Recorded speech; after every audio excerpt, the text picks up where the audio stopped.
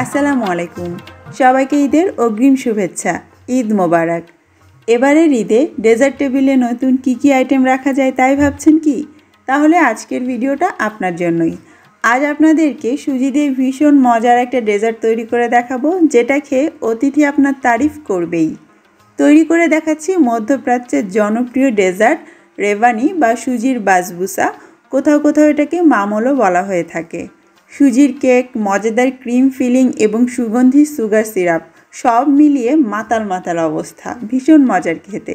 চলুন তাহলে দেখে নেওয়া যাক বানাতে আমাদের কি লাগবে।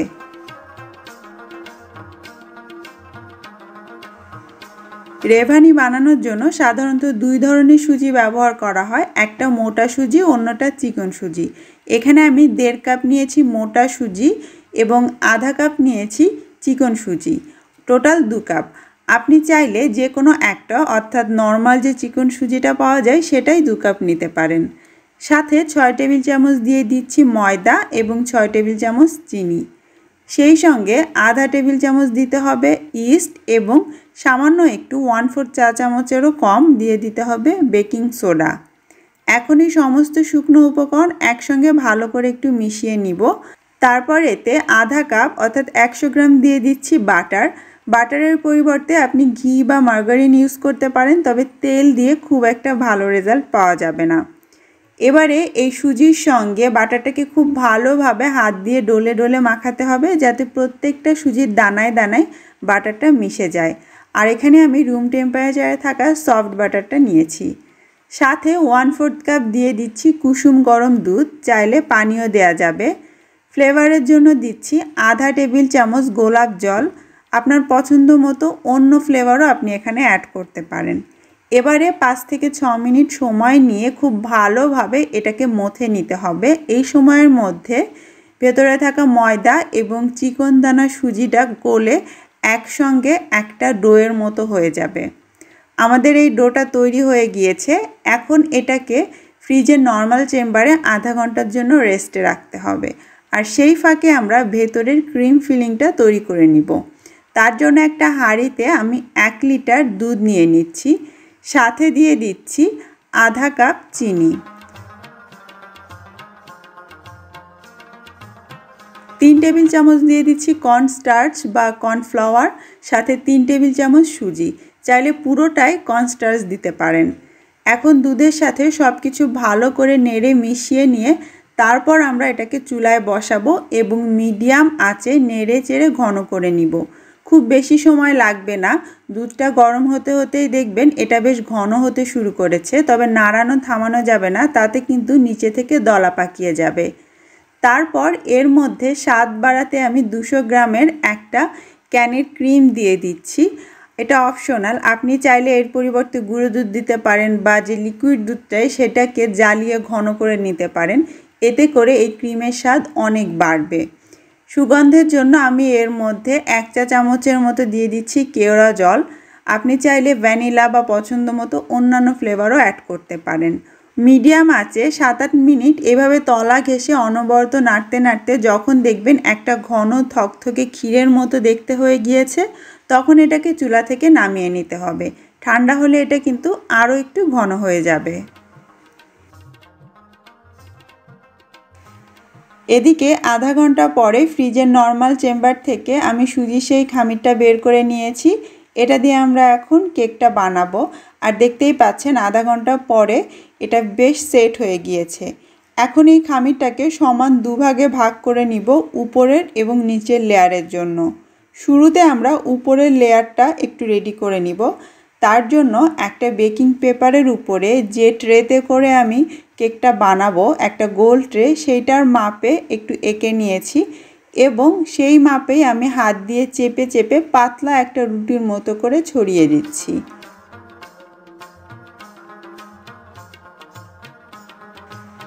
এবারে যে ট্রেতে আমি বেক করব তাতে প্রথমে আমি সামান্য একটু বাটার এইভাবে মেখে নিচ্ছি। এতে করে পরে আমাদের কেকটা উঠাতে অনেক সুবিধা হবে। তারপর বাকি যে খামিরটা ছিল সেটা এই ট্রের উপর আগের মতোই একদম পাতলা করে ছড়িয়ে দিতে হবে। চেষ্টা করবেন সব পাশ যেন একদম সমান পুরুত্বে হয়। তারপর আমরা এর মধ্যে দুধ দিয়ে যে ক্রিমটা তৈরি করলাম সেটা দিয়ে দিব। আর দেখতেই পাচ্ছেন ঠান্ডা হওয়ার পর এটা কিন্তু আরও একটু ঘন হয়ে গিয়েছে। অল্প অল্প করে ক্রিমটা দিয়ে আমি সমান করে বিছিয়ে নিচ্ছি। চেষ্টা করবেন যেন সমান পুরুত্বের হয়, ভেতরে কোথাও উঁচু নিচু বা ফাঁকা যাতে না থেকে যায়, তাই এটাকে হালকা করে আমি একটু ট্যাপ করে নিচ্ছি। এরপরে এর ওপরে আমরা যে আরেকটু খামির একদম সমান করে বিছিয়ে রেখেছিলাম কাগজের উপরে, সেটা দিয়ে দিতে হবে। চেষ্টা করতে হবে একদম স্মুথভাবে যাতে ওপরটা দিয়ে কাভার হয়ে যায়। তবে আমার সঙ্গে এটা একটু বিট্রে করে ফেলেছে, দেখতেই পাচ্ছেন মাঝখান থেকে ছিঁড়ে গেল এবং একপাশে একটু ভাঁজ হয়ে গিয়েছে। সমস্যা নেই, এটাকে আমি চড়িয়ে থাপিয়ে ঠিক করে নিব। যেখানে একটু ফাঁকা থেকে গিয়েছে সেখানে আরও কিছুটা খামির বসিয়ে আমি এটাকে অ্যাডজাস্ট করে নিচ্ছি।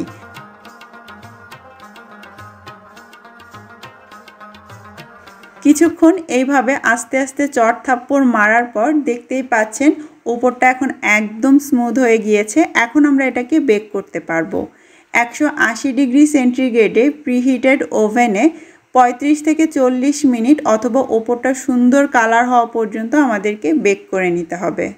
কেকটা হতে হতে এবারে আমরা একটা সুগার সিরাপ বানাবো। তার জন্য আধা কাপ চিনির সঙ্গে 1.25 কাপ পানি মিলিয়ে নিচ্ছি। আর সুগন্ধের জন্য আমি এর মধ্যে কিছুটা কেওড়া জল অ্যাড করব। এখন এই চিনি পানি একসঙ্গে ভালোভাবে মিলিয়ে নিয়ে চুলায় মিডিয়াম আঁচে জাস্ট বলক তুলে নিতে হবে 2 থেকে 3 বার, তাহলেই আমাদের এই সুগার সিরাপ তৈরি হয়ে যাবে। এটা খুব বেশি ঘন আবার অনেক পাতলা হবে না, একটা আঠালো চটচটে টাইপের শিরা হবে। 5 মিনিটের মতো মিডিয়াম হাই হিটে জাল করলেই কিন্তু আপনার এই সুগার সিরাপ রেডি। 35 মিনিট পরে আমার কেক রেডি হয়ে গিয়েছে, ওভেন থেকে আমি বের করে নিয়েছি। এখন এই গরম কেকের উপরে কুসুম গরম সুগার সিরাপটা দিয়ে দিতে হবে।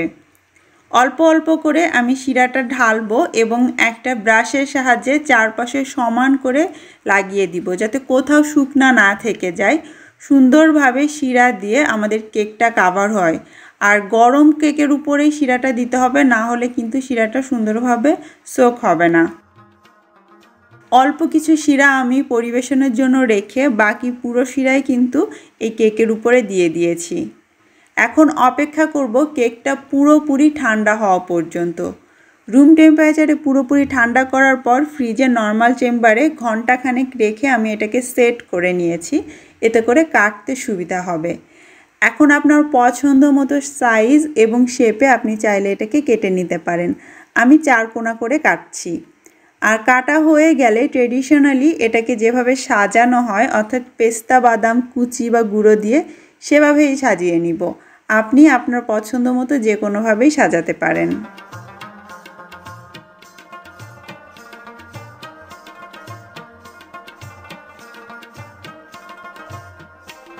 আমি খুব সিম্পলভাবে এটাকে সাজিয়ে নিয়েছি, তবে সবুজ আর গোল্ড মিলে বেশ সুন্দর একটা কম্বিনেশন তৈরি হয়ে গিয়েছে।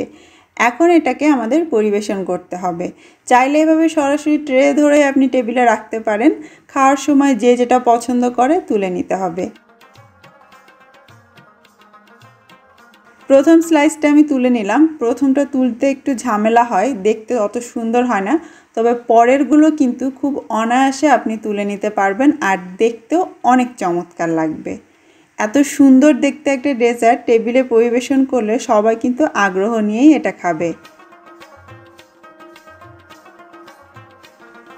পরিবেশনের সময় চাইলে ওপর দিয়ে এইভাবে একটু সুগার সিরাপ ছড়িয়ে দিতে পারেন, দেখতে এবং খেতে অনেক ভালো লাগবে। কেমন লাগলো আমার আজকের এই ঈদ স্পেশাল ডেজার্টের রেসিপি কমেন্ট করে অবশ্যই জানাবেন। ভালো থাকবেন সবাই, বিদায় নিচ্ছি, আল্লাহ হাফেজ।